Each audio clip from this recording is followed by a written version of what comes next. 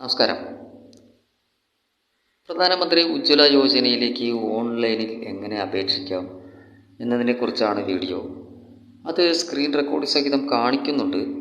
അതിനു മുമ്പായിട്ട് പദ്ധതിയെക്കുറിച്ച് ചില കാര്യങ്ങൾ. കുറച്ച് വർഷങ്ങൾക്ക് മുമ്പ് വരെ ഗ്രാമങ്ങളിൽ ഭക്ഷണം തയ്യാറാക്കിയിരുന്നത് വിറകടുപ്പുകളിൽ മാത്രമായിരുന്നു. പിന്നീട് പലരും ഗ്യാസിലേക്ക് മാറിയെങ്കിലും സാമ്പത്തികമായി പിന്നോക്കം നിൽക്കുന്ന കുടുംബങ്ങൾ വിറകടുപ്പിൽ തുടരുമ്പോൾ അതിൽ നിന്നുണ്ടാകുന്ന പുക സ്ത്രീകളുടെ ആരോഗ്യത്തെ പ്രതികൂലമായി ബാധിച്ചു. ഈ പ്രശ്നത്തിൽ നിന്നും പാവപ്പെട്ട അമ്മമാരെ രക്ഷിക്കുന്നതിന് വേണ്ടിയാണ് പ്രധാനമന്ത്രി ഉജ്ജ്വല യോജന എന്ന പദ്ധതി ആരംഭിച്ചത്. 2016 മെയ് 1 പ്രസ്തുത പദ്ധതി ആരംഭിച്ചത്. പാവപ്പെട്ട കുടുംബങ്ങൾക്ക് സൗജന്യ ഗ്യാസ് കണക്ഷൻ നൽകുന്ന പദ്ധതിയാണിത്. പട്ടികജാതി പട്ടികവർഗക്കാർ, PMAYയുടെ ഗുണഭോക്താക്കൾ, AAY ഗുണഭോക്താക്കൾ, മറ്റ് പിന്നോക്ക വിഭാഗങ്ങൾ, തോട്ടം തൊഴിലാളികൾ, വനവാസികൾ, ദ്വീപുകളിൽ താമസിക്കുന്നവർ തുടങ്ങിയ എല്ലാ വിഭാഗങ്ങളെയും ഉൾപ്പെടുത്തിക്കൊണ്ടാണ് പദ്ധതി മുന്നോട്ട് പോകുന്നത്. ഇപ്പോൾ പദ്ധതിയുടെ 2ാം ഘട്ടം നടന്നുകൊണ്ടിരിക്കുകയാണ്. അപേക്ഷകർ 18 വയസ്സ് പൂർത്തിയായ സ്ത്രീകളായിരിക്കണം. ദാരിദ്ര്യരേഖയ്ക്ക് താഴെയായിരിക്കണം. അപേക്ഷകയുടെ കുടുംബാംഗങ്ങളുടെ പേരിൽ ഗ്യാസ് കണക്ഷൻ ഉണ്ടാകാൻ പാടില്ല. ഓൺലൈനായോ ഓഫ്ലൈനായോ അപേക്ഷിക്കാം. തൊട്ടടുത്തുള്ള ഗ്യാസ് ഏജൻസിയിൽ പോയി നേരിട്ട് അപേക്ഷിക്കാം. അല്ലെങ്കിൽ വീഡിയോയിൽ കാണുന്നത് പോലെ ഓൺലൈനായി അപേക്ഷിക്കാം. ഇനി PM ഉജ്ജ്വല യോജനയിലേക്ക് ഓൺലൈനിൽ എങ്ങനെ അപ്ലൈ ചെയ്യാം എന്ന് നോക്കാം. ആദ്യമായി ഗൂഗിളിൽ PMUY എന്ന് ടൈപ്പ് ചെയ്യുക. അപ്പോൾ PMUY 2.0 എന്ന് കാണാം. അതിൽ ക്ലിക്ക് ചെയ്താൽ ministry of petroleum and natural ഗ്യാസിൻ്റെ വെബ്സൈറ്റിലേക്ക് പോകാം. അതിന് മുകളിൽ കാണുന്ന 3 ലൈനിൽ ക്ലിക്ക് ചെയ്യുമ്പോൾ apply for new Ujjwala 2.0 connection എന്ന ഓപ്ഷനിൽ ക്ലിക്ക് ചെയ്ത് ഉജ്ജ്വലയുടെ സൈറ്റിലേക്ക് പ്രവേശിക്കാം. മറ്റൊരു രീതിയിലാണെങ്കിൽ PMUY ടൈപ്പ് ചെയ്യുമ്പോൾ തന്നെ apply for new Ujjwala 2.0 connection എന്ന ഓപ്ഷൻ ഗൂഗിളിൽ കാണാം. അവിടെ ക്ലിക്ക് ചെയ്ത് നേരിട്ട് ഉജ്ജ്വലയുടെ സൈറ്റിലേക്ക് പ്രവേശിക്കാം. ഇങ്ങനെ 2 രീതിയിലാണെങ്കിലും സൈറ്റിൽ ആദ്യം തന്നെ കാണുന്നത് എലിജിബിലിറ്റി ക്രൈറ്റീരിയയാണ്. അത് വായിച്ച് യോഗ്യതകളെക്കുറിച്ച് മനസ്സിലാക്കാം. അതിന് താഴെയായി എന്തെല്ലാം ഡോക്യുമെൻറ്റ്സ് ആവശ്യമുണ്ടെന്ന് വ്യക്തമായി എഴുതിയിട്ടുണ്ട്. അത് വ്യക്തമായി വായിച്ച് മനസ്സിലാക്കിയ ശേഷം താഴേക്ക് സ്ക്രോൾ ചെയ്യുമ്പോൾ ഓൺലൈൻ പോർട്ടൽ എന്ന് കാണാം. അവിടെ ക്ലിക്ക് ചെയ്ത്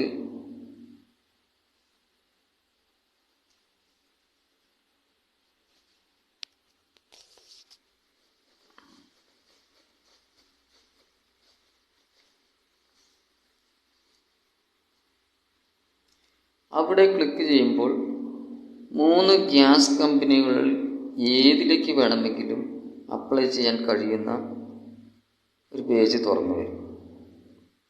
അല്ലെങ്കിൽ Indian oil, Bharat gas, HP ഇതിലേതിലേക്കാണ് അപേക്ഷിക്കാൻ ഉദ്ദേശിക്കുന്നതെങ്കിൽ ആ കമ്പനിയുടെ അടിയിലായി കാണുന്ന ക്ലിക്ക് ഹിയർ ടു അപ്ലൈ എന്ന ബട്ടണിൽ ക്ലിക്ക് ചെയ്ത് കമ്പനിയുടെ സൈറ്റിലേക്ക് കടക്കാം. സ്ക്രീൻ റെക്കോർഡിൽ ഭാരത് ഗ്യാസിൻ്റെ ആപ്ലിക്കേഷൻ കാണിക്കാമെന്നാണ് കരുതിയത്. പക്ഷേ അതിലാദ്യം തന്നെ ഫോൺ നമ്പറും OTP ഒക്കെ ചോദിക്കുന്നുണ്ട്. അതുകൊണ്ട് നമ്മൾ ഗ്യാസ് കണക്ഷൻ ഉള്ള ആളുകളായ കാരണം അതിലേക്ക് അപ്ലൈ ചെയ്യുന്ന രീതി കാണിക്കാൻ ബുദ്ധിമുട്ടുള്ളതുകൊണ്ടാണ് HP ആപ്ലിക്കേഷനാണ് ഇത് കാണിക്കുന്നത്. HP പേജ് തുറന്നു വരുമ്പോൾ ആദ്യം ഡിസ്ക്ലെയിമർ വായിച്ച് മനസ്സിലാക്കാവുന്നതാണ്. ശേഷം മുകൾ വശത്തായി കുറേ ഓപ്ഷനുകൾ കാണാം. അതിൽ 3ാമതായിട്ട് രജിസ്റ്റർ എന്ന് കാണാം. അവിടെ ക്ലിക്ക് ചെയ്യുക.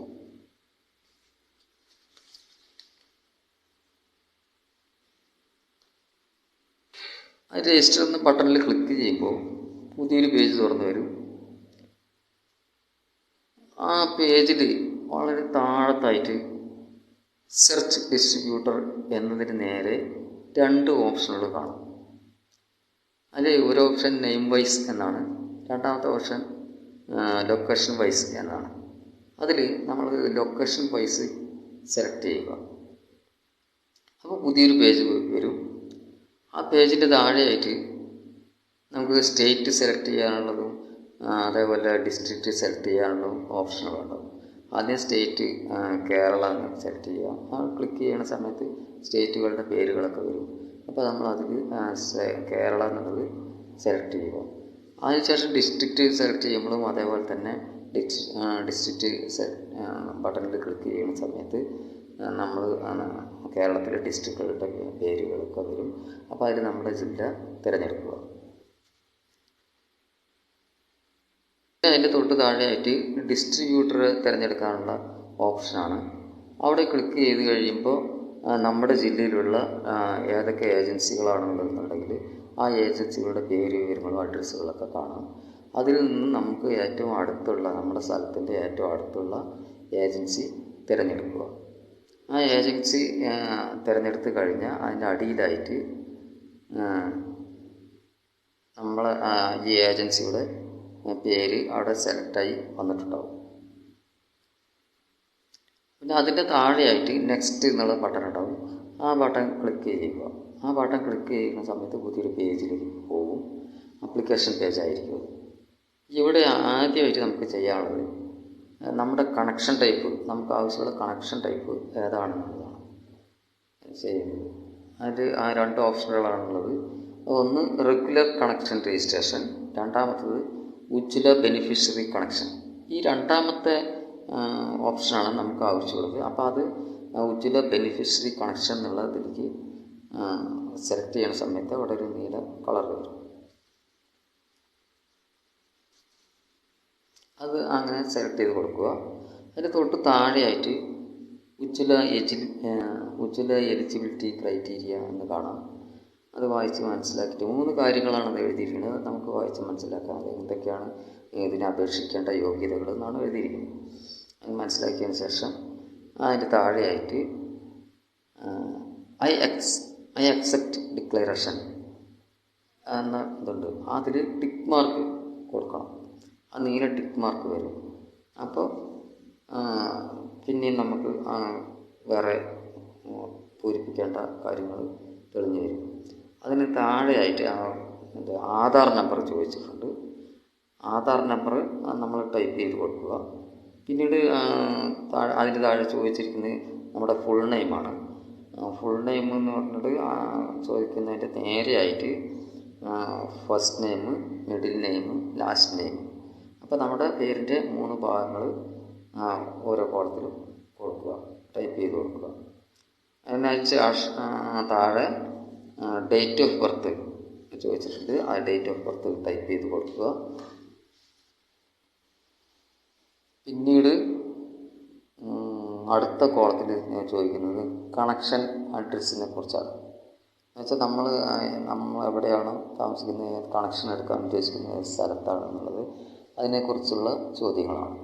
ആദ്യം ചോദിച്ചിരിക്കുന്നത് ലൊക്കേഷനെ കുറിച്ചാണ്. അതിൽ 2 ഓപ്ഷനുണ്ട്. ഒന്ന് റൂറൽ, രണ്ടാമത്തെ അർബൻ.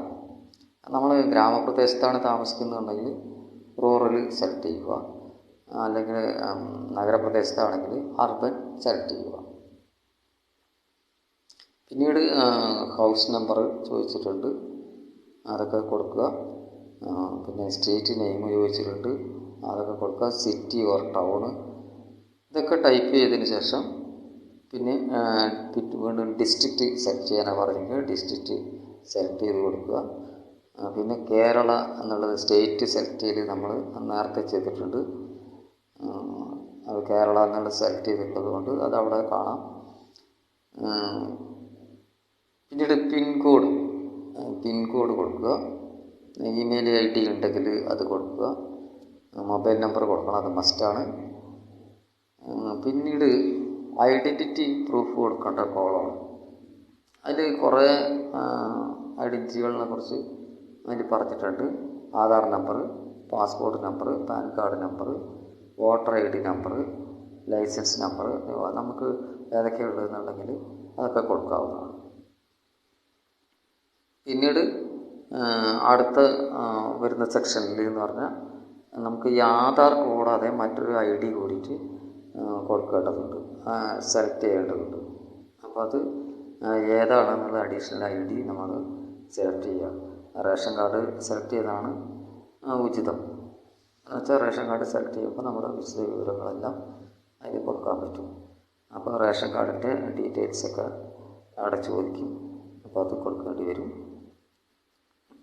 പിന്നെ അടുത്ത സെക്ഷൻ എന്ന് പറയുന്നത് നമുക്ക് നമ്മുടെ പ്രൂഫുകൾ അപ്ലോഡ് ചെയ്യേണ്ട സെക്ഷനാണ്.